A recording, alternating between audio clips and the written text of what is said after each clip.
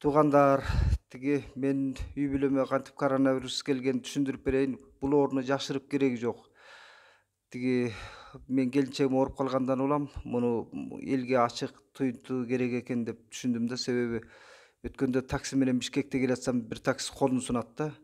Анан эй тарт колуңду десем, байке бул деген саясат жөнүнө жомок кылып атышат деп бир жана динчилдер жомок чыгарып алды. Бул деген жөн эле бир кыргыз өкмөтүнө акча жасаш үчүн дүйнөбүз эле кантип эле ушул апатты эле бир саясат болуп кетсин да, улуттук саламаттык үчүн биз муну менен жапа тырмак күрөшүүгө туура келет. Себеби чалгы менен чапкандай чабаарын түшүнүп тура алабыз да, түшүнбөй турабыз. Анан менин келинчегим деле биздин үй бүлөдө ушунчалык сактандык, бирок кайненем ооруп тургандан баягы больницага ташып жүргөндө жукса керек. Антип мынтип болбосо келинчегим өзү көбүрөөк талап кылып жүргөн ошо тазалыкты тигинтке мынткенде. Анан бирок анткен болбойт экен.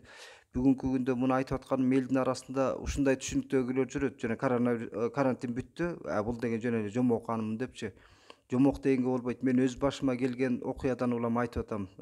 Аны кечээ ооруканага инфекционныйга жаткырып, биз да үй бүлөбүз менен текшин немеден өттүк. Анан жыйынтык бүгүн эртең чыгат буюрса. Ошентсе дагы биз врачтардын кечээ акыбалын көрүп абдан айлам кетти. Себеби маска кийгендер баягы скафандра менен, анан көз айнек менен мояктан чылпылдап тер чыгат. Момундай ысыктын күнүндө элестетип көрүңүздөр. Күч органдарына эле жакшы болуп атат дейсизби? Жанагы тез жардамдын водители 2 айдан бери үйүмдү көрө элекмин дейт. Врачтар болсо бутубузду тарта албай калдык дейт. Ушунчалык жүрөгүм ооруду буларгачы. Себеби улут мындайда өзүн сактоодо Кыргызстандын акыбалын билебиз.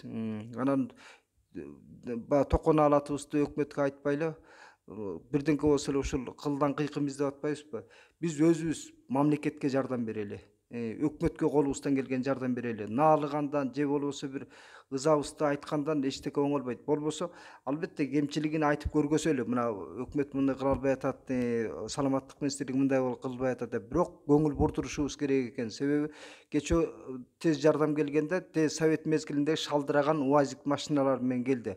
Жана жип минип жүргөн депутаттар, жип минип жүргөн мамлекеттик кызматкерлер, ошолор эмне үчүн саламаттык министрлигине ушунчалык момундай кыйын улуттун башына апат келип турганда совет мезгилинде шалдыраган УАЗиктер менен жүрүшөт да. Ушинтип атсак биз убакыттан уттуруп атабыз. Улуттун дагы келечеги белгисиз момундай апаттачы. Биз улут ар бирибиз кайдыгер карабайлы, жана өкмөттөн талап кылалы. Ошол саламаттык министрлигине эмнеге мынчалык акыбалда? Врачтарга болгон мамилебизди элден да мамиле өзгөрүш керек. Анан бийлик тараптагылар дагы булардын дагы убалын ойлош керек да. Оорулар арасында, өлгөндөр арасында врачтар көп болуп баштады. Карапайым эл болсо тоотпой, сезбей жүрөбүз да.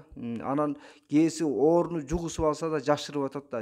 Тиги жашыргандын арты жакшы болбойт. Баягы өлүм ашкерелейт эмеспи жашырган кепти. Андыктан туугандар, кайрылаар элем. Биз улут келечегин ойлосок, деги эле жалпы мамлекетибиздин бүтүндүгүн кааласак, бүгүнкү күндө аң сезимдүү карайлы буга. Жөн эле бир журнар мамиле кылганга болбойт. Мен муну жөн эле бир эрмек кылып айтып атканым жок. Өзүмдүн башыма келип жүрөгүмдөн өтүп аткан маселени айтып атам. Себеби бул точка азырынча дүйнө жүзү башаламан болуп турат. Качан чекит коюларынын белгисиз болупчу.